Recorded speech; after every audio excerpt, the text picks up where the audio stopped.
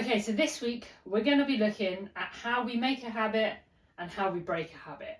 So what we've done previous to this week is we've identified where we currently are, we've identified where we want to be, and we started to look at the whats and the whys and the actions that would be surrounding the change. So we're going to go into the science of how we make habits and how we break habits, because I think it's fundamental in understanding behind the scenes when you're implementing it. Because when you're implementing it, if you don't have the understanding behind it, when things start to go wrong or when things start to happen, you don't have that link to why it's happening, and you just think, well, in the past I've just thought, oh well, it's my fault, I must be rubbish, I'm doing this, etc, etc. The positive negative self-talk thing that we spoke about last week. So habits. In our brain we have neurons, and when habits start to form, these neurons start to create links. So the easiest way to explain it would be cleaning our teeth, for example. That's a habit that has been formed over a long period of time, so that link is strong. If we think back to when we were a kid, I witnessed it a couple of months ago when my brother was over with his partner and his kid. The process it took to get the kid to clean the teeth was insane. And if you remember back to when you were a kid, maybe, like, cleaning your teeth was the last thing you wanted to do. Cleaning your teeth while you were playing with your toys, or you were watching your cartoon, or you were walking your invisible dog around the garden, and then you have to be called in to go and clean your teeth. That's the last thing you want to do. So when we were a kid, that link was really, really weak. Over the years, that link has become so strong, we don't even think about cleaning our teeth now. Like, if you think about when you wake up in the morning, you don't go think, right, I need to now go to the bathroom, I need to now get my toothbrush, I need to now put the toothpaste on the toothbrush, I need to now clean my teeth, I need to rinse the toothbrush, I need to clean my teeth. You don't think about that process, you just automatically go and do it. And you can go from your environment in the home, you could be on holiday, you could be at the beach, you could be anywhere, and that habit would still take place. So that is a strong habit that has been formed over however many years you've been alive. And it's automatic. Your brain doesn't have to consciously think about what you're doing.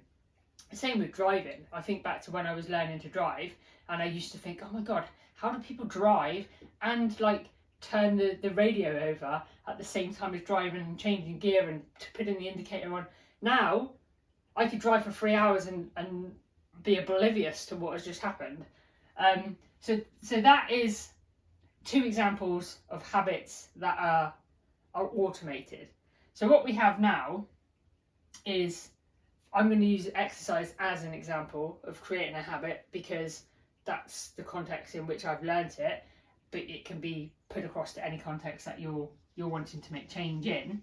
So these are the links, and before I started exercising, there might have been like a steady link because I've done it in the past, and there might have been some sort of memory of doing it, but it wasn't strong at all. So to make that link strong, what we need to start to do is become hyper aware of what we are doing. So if I wanted to exercise, I know that I have to think about the steps it needs to take to get me to exercise. So I need to get my gear ready, I need to know what equipment I'm using, I need to know what time I'm going to be exercising, I need to know where I'm going to be because that's going to affect when I exercise. And it's putting all of these steps in place before you have to do the activity. So my week at the beginning of like when I started this journey, and it was like this for maybe the first 4, 5, even 6 months, I was consciously making the choice to exercise every day. And I was consciously putting the steps in my head the previous, like I would plan a week in advance. So right, these are my workouts I've got to do this week. These are the times I'm going to do it. This is the equipment I'm going to need. And I would literally put myself into that like future self of, right, okay, this is what I'm going to be doing, and I'm going to be doing this exercise, and I'm going to that extreme.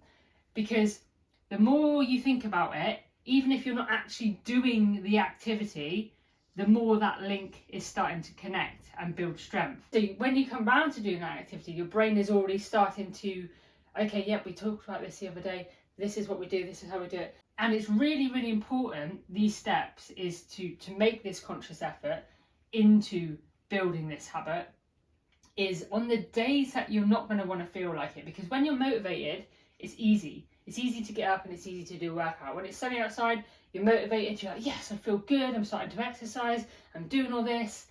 This is like momentum. This becomes easy, but still having that conscious awareness of making sure you're bringing it to light is important.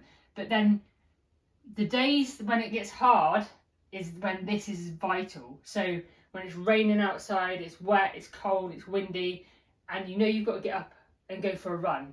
These are the days where it's really, really important to visualize this, and it's really, really important to be totally honest with yourself. So if I know it's going to be raining tomorrow morning and I've got to go for a run, I would be, okay, it's going to be raining tomorrow. I'm not going to want to get out of bed. I'm not going to feel motivated to go for a run. I'm not going to enjoy running in the rain. I'm going to be wet, I'm going to be cold, it's going to be windy, it's going to be miserable.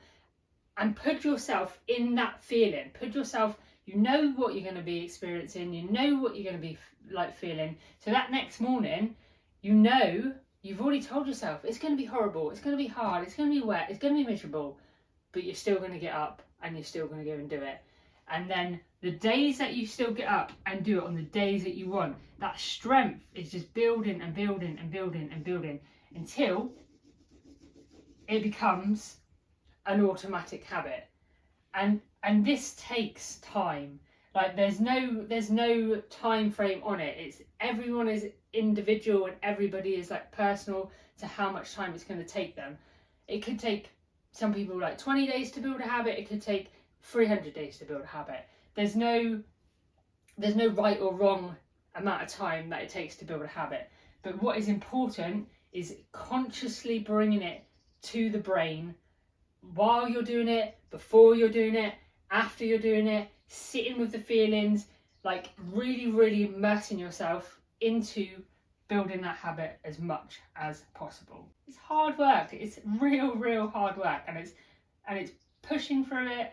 It's pushing through the pain. It's pushing through the feeling of not wanting to do it, but it's holding that vision that of your future self. And many times I put myself in my future self's shoes.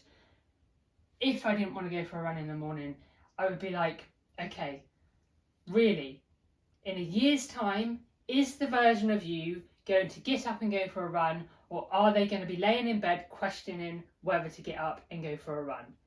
The answer is the version of you that you want to become is going to get up and go for a run. So you're putting yourself in your future self, and then it's bringing you closer to your future self, if that makes sense. So that's creating habits, and the more we do something, the stronger the link is, the more automatic it is, the less you have to think about it. But at the beginning of the journey, it's really, really important to put it to the forefront of your mind as much as physically possible. I started the journey like June 2022, where I started walking the steps, the 10,000 steps a day, and it's now September 2023, so like over a year.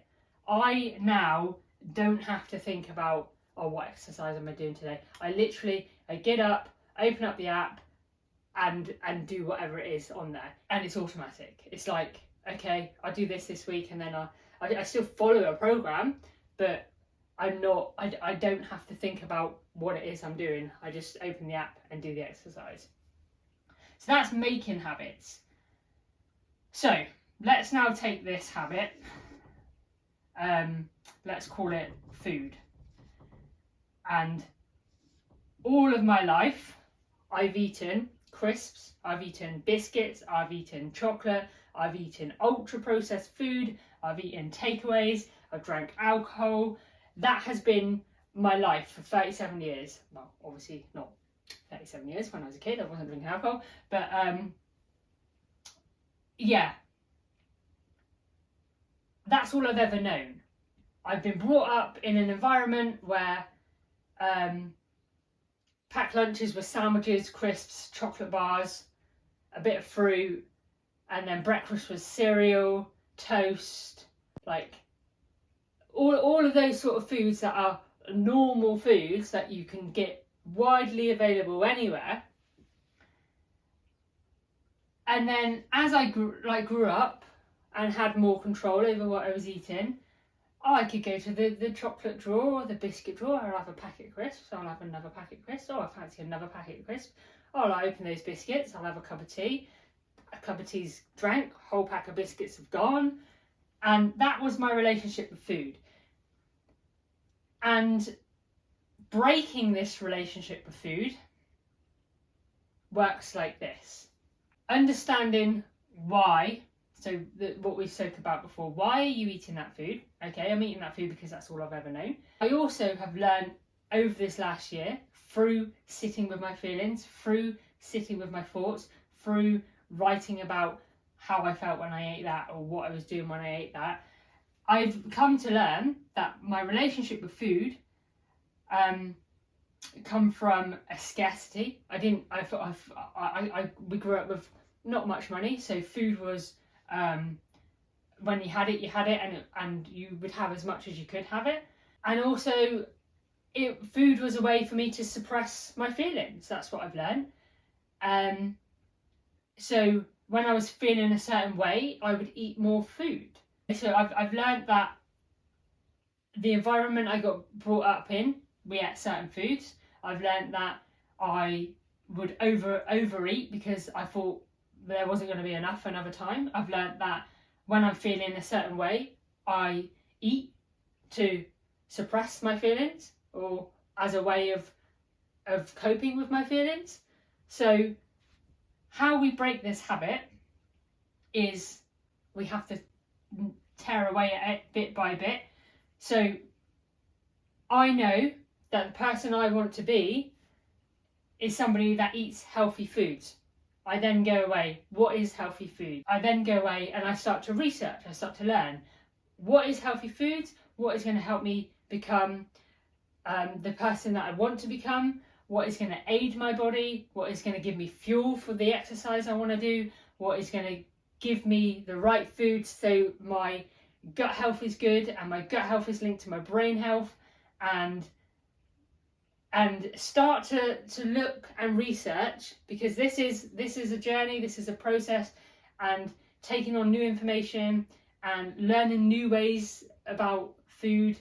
So then once you've got that knowledge, you start implementing things, you start to change things. Okay, I with my exercise and eating my food, I'm going to try and eat a bit healthier. It lasts for a little while and then the habit doesn't get broken. So what needs to start to happen is conscious thinking. Again, it needs to be conscious thinking. Okay, the food that I'm about to eat, is it going to help me become the person I'm going to become? No. Okay, what can I do instead?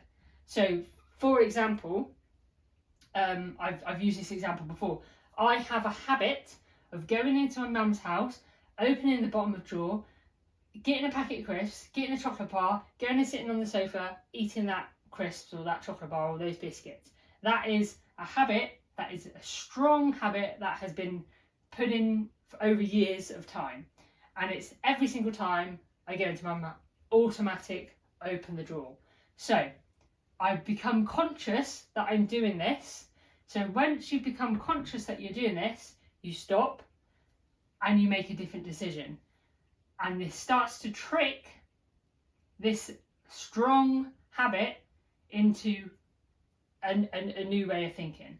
So this strong habit, opening the drawer, and then I, rather than take the chocolate here, I then, I'll grab a banana instead. I've become consciously aware that I've opened the drawer, what can I do instead?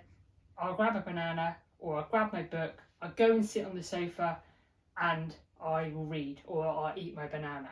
So it's still the same environment, it's still the same habit, but I've changed the bad thing I was doing to a good thing.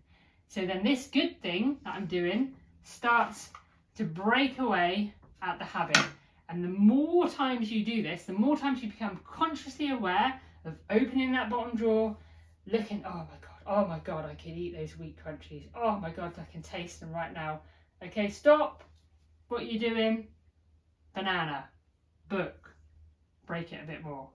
And it's that conscious decision. It's having the conscious decision and then making the right conscious decision for you, and then slowly breaking this habit so the link is no longer there. And again, this is going to take time, and there will be times where the conscious doesn't become conscious and you do it unconsciously, and then you afterwards you're like, oh, I did that thing. Don't beat yourself up. It's going to happen. It's part of the journey, but you just have to focus on becoming more and more aware of your actions and your habits and putting things in place to break them. So that's making habits and breaking habits. What I want you to go away and do this week is write down all your habits, your good habits and your bad habits, and the new habits you want to start to implement, and then start to look and plan and put in processes, put in strategies of how you are going to make these work. I'm also going to leave a load of resources in the description below that you can go away and read or listen to at your own accord. Don't overwhelm yourself with information, because if you start overwhelming yourself with information, then you're going to be too overwhelmed to take action. So just take this small action, start to become aware, do a bit of research, implement it, see how it works for you, implement something else, see how it works for you. And you just got to remember, it's a journey. Like, you're going to try things and they're going to fail. Doesn't matter. You tried it and you fail. You're making conscious decisions to change, and it involves failure and success, failure and success, failure and success. That's all the journey is, but it's learning and implementing things along the way. So the resources are down below. Go away, have a look at your habits, and have a good week. See you next week.